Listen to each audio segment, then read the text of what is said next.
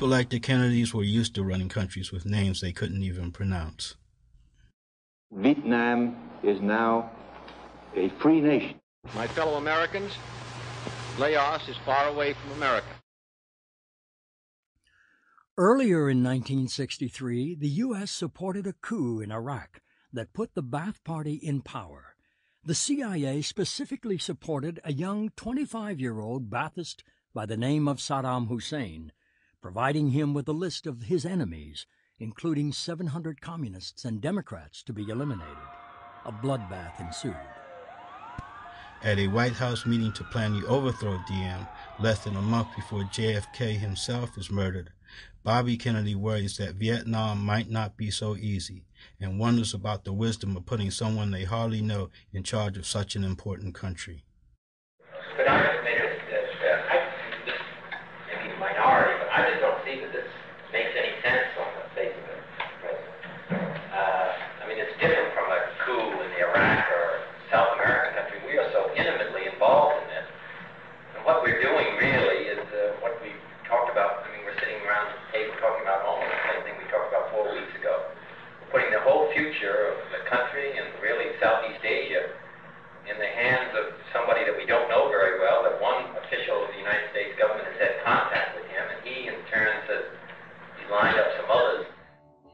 So we don't see the end of the tunnel, but I must say I don't think it's darker than it was a year ago, in some ways lighter.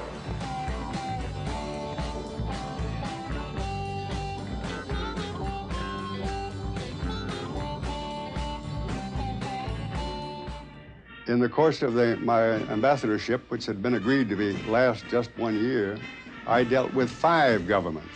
In other words, the house was cleaned and turned over 5 different times with a chaos that one can imagine. While the National Security Council was busy replacing Vietnamese government's right and extreme right, LBJ acted like he was the victim. The thing that worried Johnson and constantly worried him was the instability of the South Vietnamese government. I guess you might call the coat of arms of the Vietnamese government was a turnstile, for God's sake. And I remember very vividly somebody would come in his office and say looks like there's a coup beginning in Vietnam again. Another coup. You know, coups were like fleas on a dog, and Johnson said, I don't want to hear any more about this coup shit. I've had enough of it, and we've got to find a way to stabilize those people out there. But Johnson knew it was the CIA that was the source of the problems. They started with me on Jim, you remember. Yeah. He was corrupt and he ought to be killed. So we killed him. We all got together and got a goddamn bunch of thugs, and we went in and assassinated him. I really had no political stability since then. But democracy via puppet governments had its own embarrassing moments. They gave us a text in English. At that time, I thought, if our opposition knew that at this moment we were discussing the fate of a country in a text in English, boy, it would be so bad that we shouldn't even think about it. So I said, where's the Vietnamese text? Oh, we forgot. And I said, what do you mean you forgot? The other side, I know they don't present a text to you in English. Between Vietnamese, we know each other.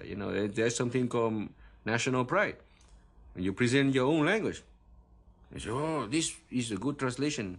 We have our own translators. I don't know what is the name of the guy he gave? I say, you mean to tell me an American is understand Vietnamese better than a Vietnamese?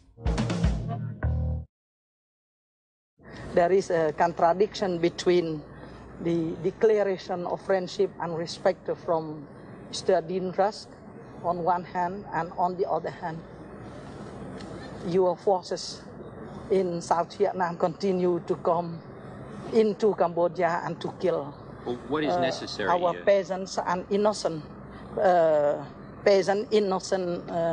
civilian servants. Nixon expanded the war to Cambodia by overthrowing the legitimate government of Prince Sihanouk and setting up a puppet government there. Some officers in our army and many deputies and many members of the government in Phnom Penh, they want to be your allies in order to have dollars, your dollars. They do not think, they don't think about the destiny and the fate of our homeland. They don't mind about it. They are more patriots for dollars than for Cambodia. We've made a conscious decision not to send American troops in. There are no American combat troops in Cambodia. There are no American combat advisors in Cambodia. There will be no American combat troops or advisors in Cambodia. We will aid Cambodia. Cambodia is the Nixon doctrine in its purest form. Vietnam was in violation of the Nixon doctrine. The Nixon doctrine included secret bombings, the massacre of civilians, and paying children to fight. What sort of gun is that he's carrying? M16.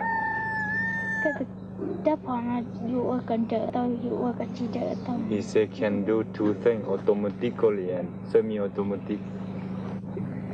How old is he? 10 years old. The expansion of the war into Cambodia and the resulting rise to power of Pol Pot was to have tragic consequences for that little country. In addition to the estimated 800,000 civilians killed in Nixon's illegal bombing, another 2 million died after the war, as the Khmer Rouge attempted to feed people the U.S. was no longer feeding by forcing millions that the U.S. had moved into the cities back into the countryside.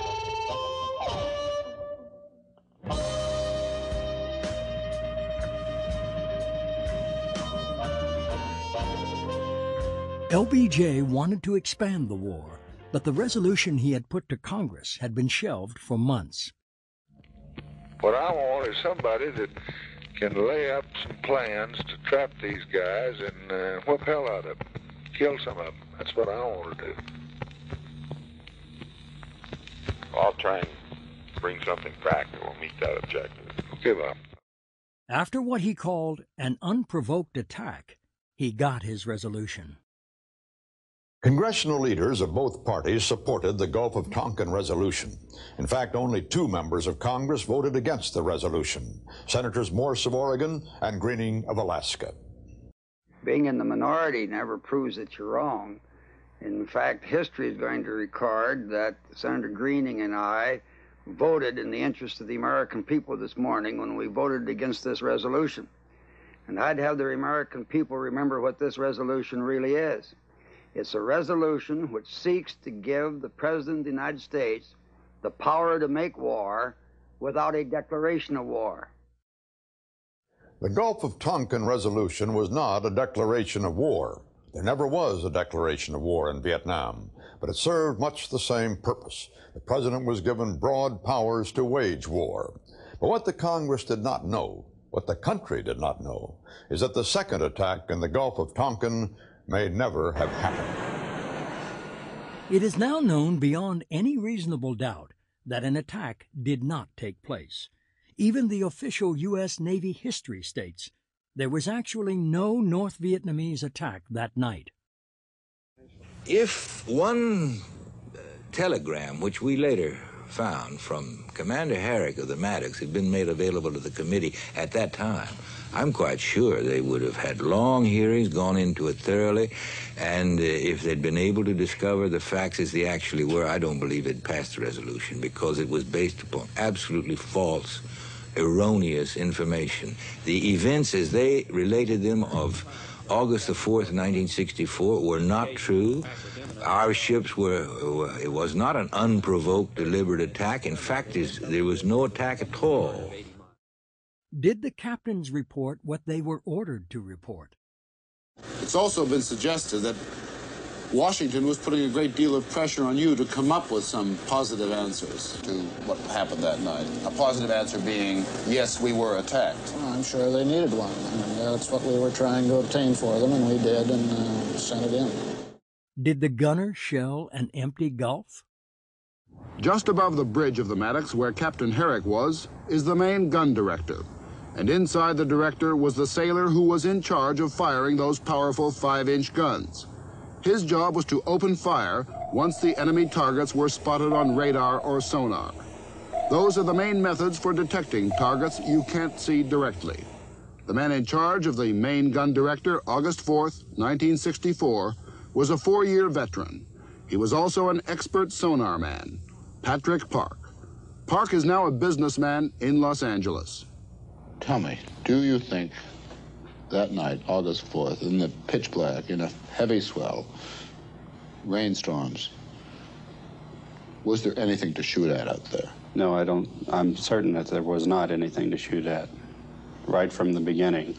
The captain asked me immediately after the attack to go down and evaluate all the recordings that had been made of noise that sonar was reporting.